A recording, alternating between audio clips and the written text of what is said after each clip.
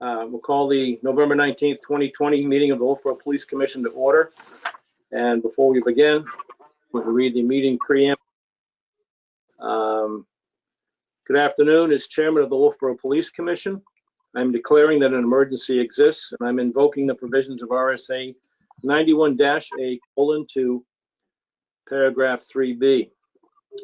Federal, state, and local officials have determined that gatherings of 10 or more people pose a substantial risk to our community in its continuing efforts to combat the spread of COVID-19. I also find that this meeting is imperative to the continued operation of town government and services, which are vital to public safety and confidence during this emergency. As such, this meeting will be conducted without a quorum of this body physically present in the same location. At this time, I also welcome members of the public accessing this meeting remotely. Even though this meeting is being conducted in a unique manner under unusual circumstances, the usual rules of conduct and decorum apply. Any person found to be disrupting this meeting will be asked to cease the disruption. Should the disruptive behavior continue, thereafter, that person will be removed from this meeting.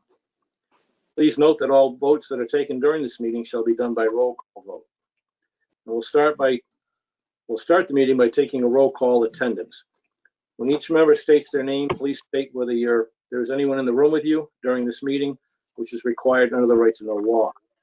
I'll start. Chairman Steve Wood. I am alone in my home office. Bob O'Brien. I am alone in my kitchen. My wife is leaving right now. Okay. Chief Rondo. I am alone in my study in my house. Okay. Captain Livy. Yeah, I'm alone in a room above the garage. Okay. And we have our executive assistant, Sherry Moore, with us. Alone in my house. Okay. At this time, I will entertain consideration of minutes from October 15th as they're written. I had one minor change to be suggested. All right. And it had to do with Commissioner Balboni being named as the co-chairperson. I believe that's my position. Okay. Okay, we can, yeah. Can you make a note of that, Sherry, please? Okay, thank you. All right, so and I'll entertain a motion for the minutes of October 15th as amended. I so move. All right, so moved by Commissioner O'Brien, seconded by Commissioner Wood.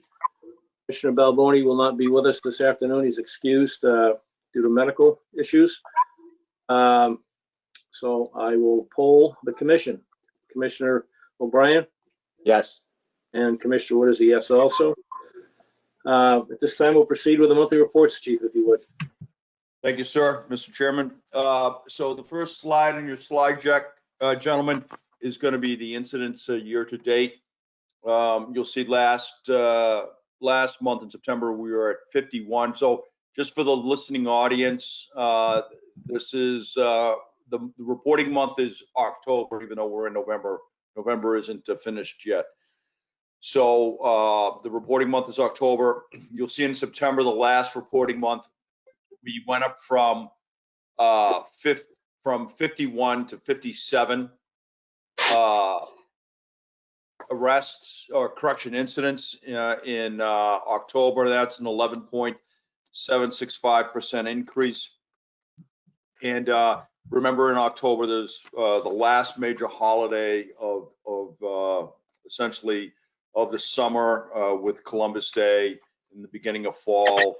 And that's not, those numbers are not that drastic change from any other month. We normally average anywhere between 50 to 60 arrests, or 45 to 60 arrests in any given month. So anywhere from essentially 1.5 to 2.5 arrests per day is the way it would boil down. So this is not that far off the mark at all. In fact, it's very consistent to what we've seen in years past. And of those incidents, we've had 95 offenses for the month of October. Moving on to the next slide in the slide deck will be arrests year to date for 2020. We had a slight decrease from a high of 36 in September to 30 in October.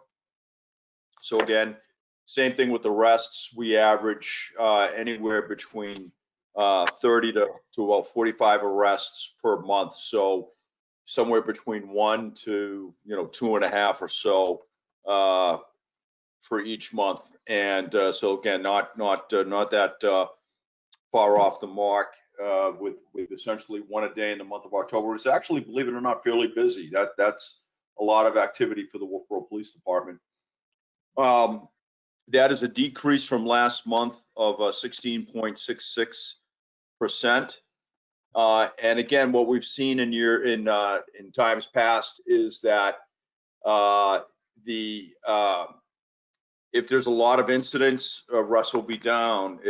And then the next month they'll come right back up again. If there's a lot of arrests, incidents will be down, and that's just reflective of the fact that the officers really can't do both incidents and arrests at the same time. Does that make sense? It's not that difficult to wrap your head around once you think about it. Collisions year to date is we're up a little from a low of 7 in September, which is really good, to double digits in October of 13. So that's an 85.71% increase.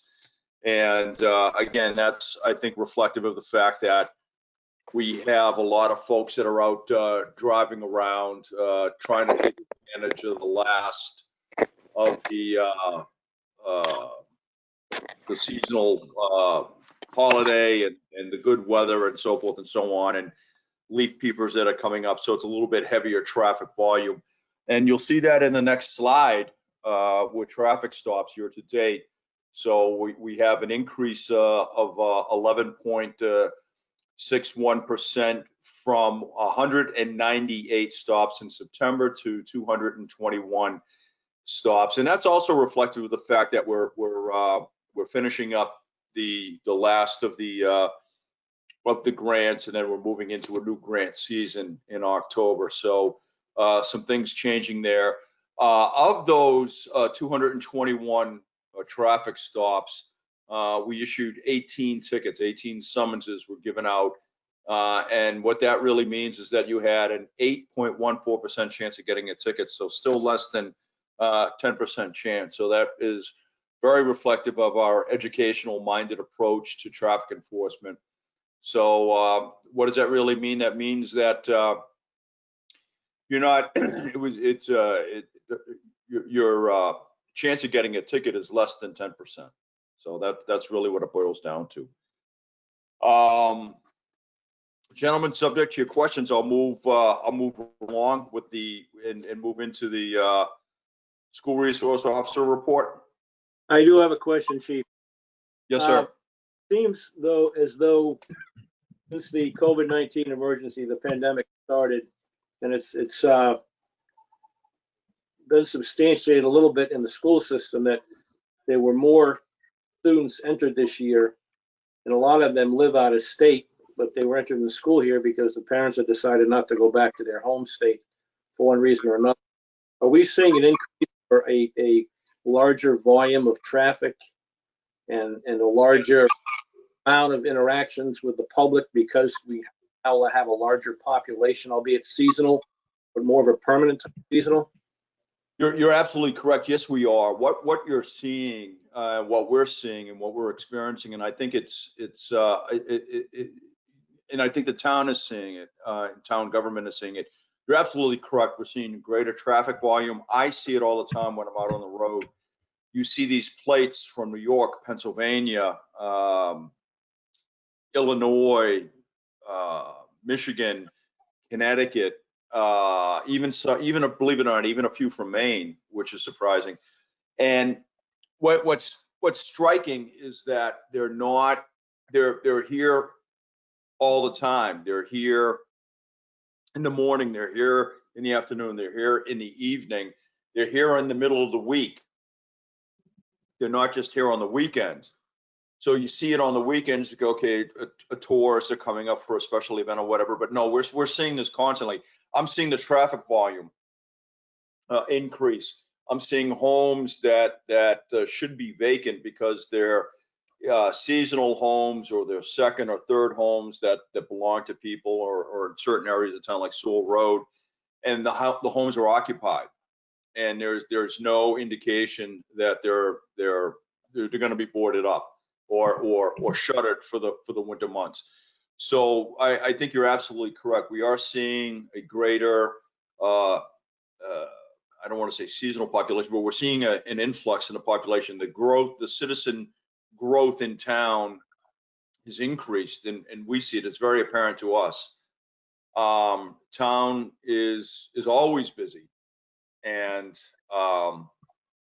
I think you see that when you drive. You go down, you're looking for a parking space downtown, or at Hunter's IGA, or at Harvest Market, or what have you, and it just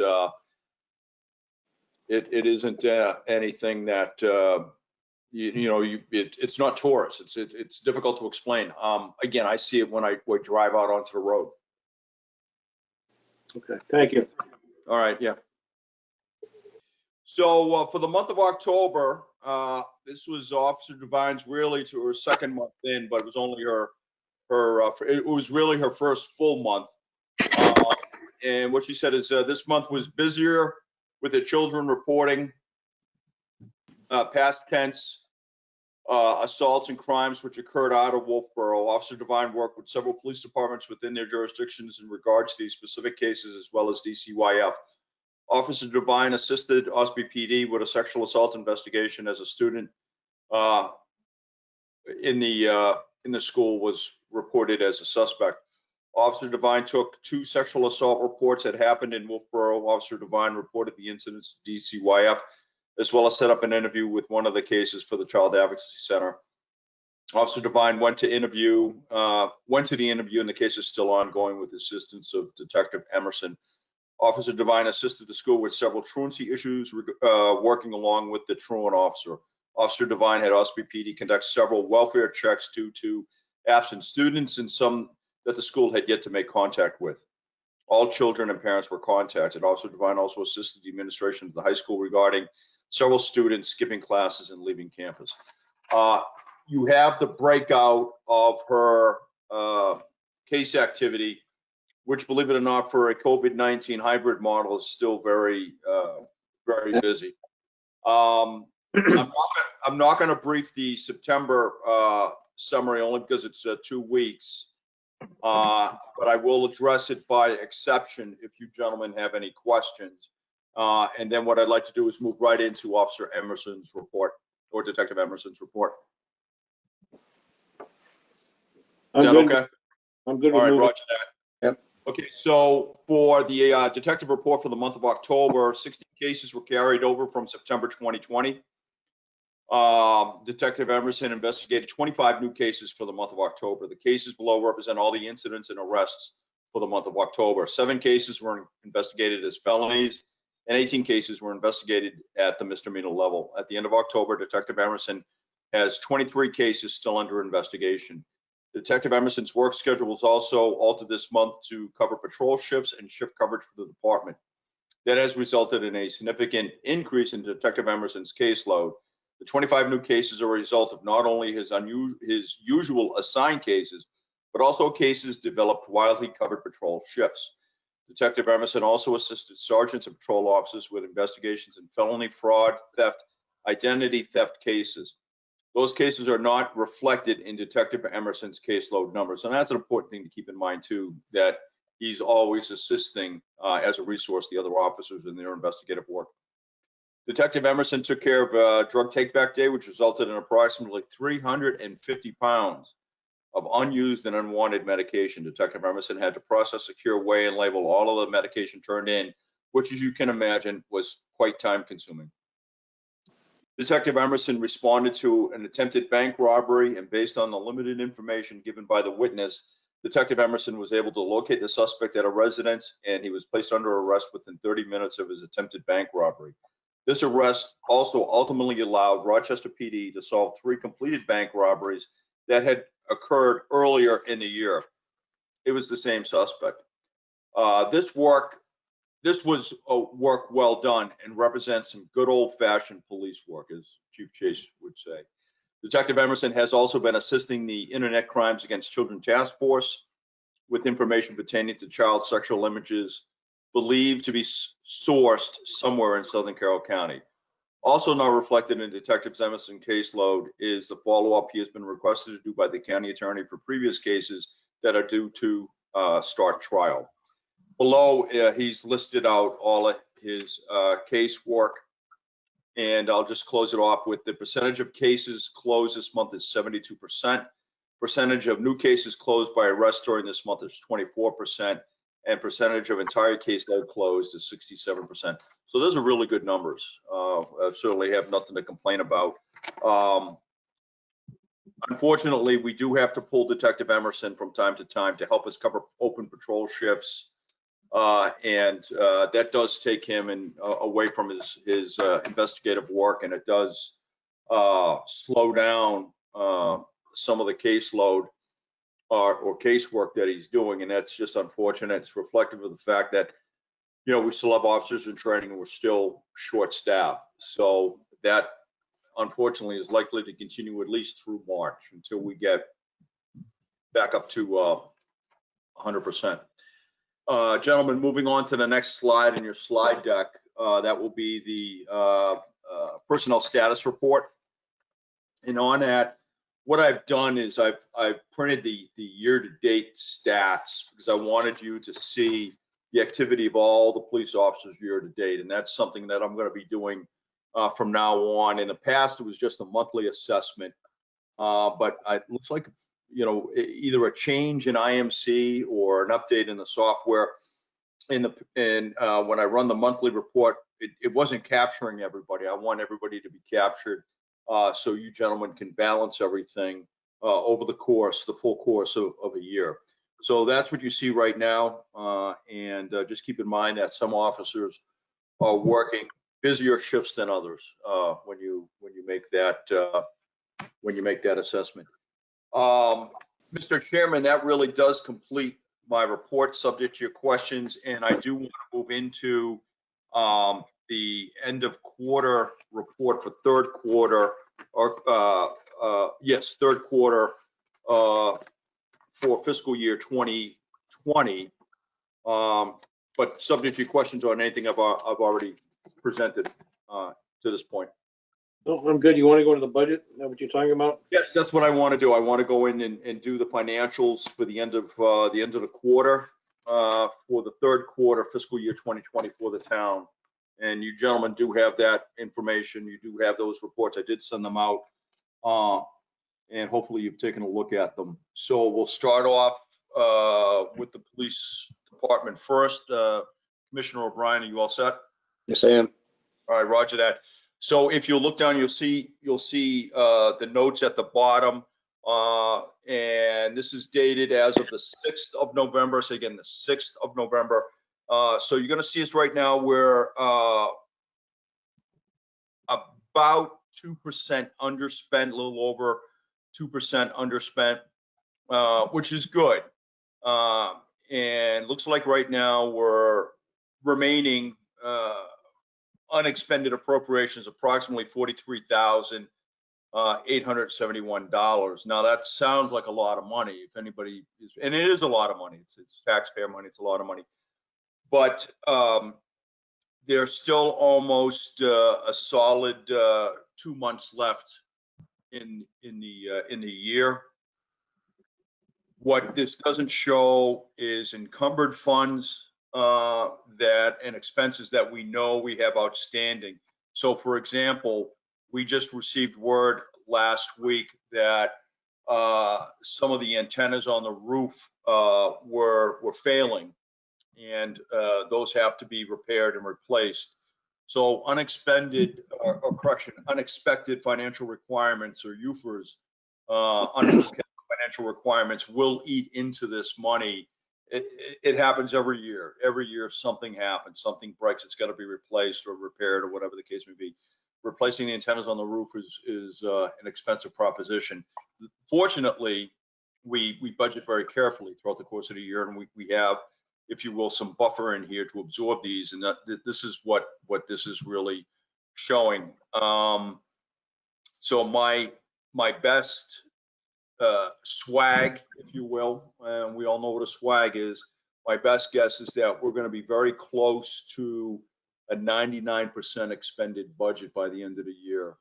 It'll be probably 98.5, 98.7 in that neighborhood. We'll have a little bit of unexpended appropriation left, but not a whole lot. And yeah, so that's where we are. If we hadn't taken the actions that we did at the beginning of the year, we wouldn't be sitting, I think, as nearly as soundly as we are right now. I'm quite comfortable with that cushion, if you will, as we get toward the end of the year. But a lot of that is going to get eaten up with overtime and holidays and other expenditures that we know are in the pipeline.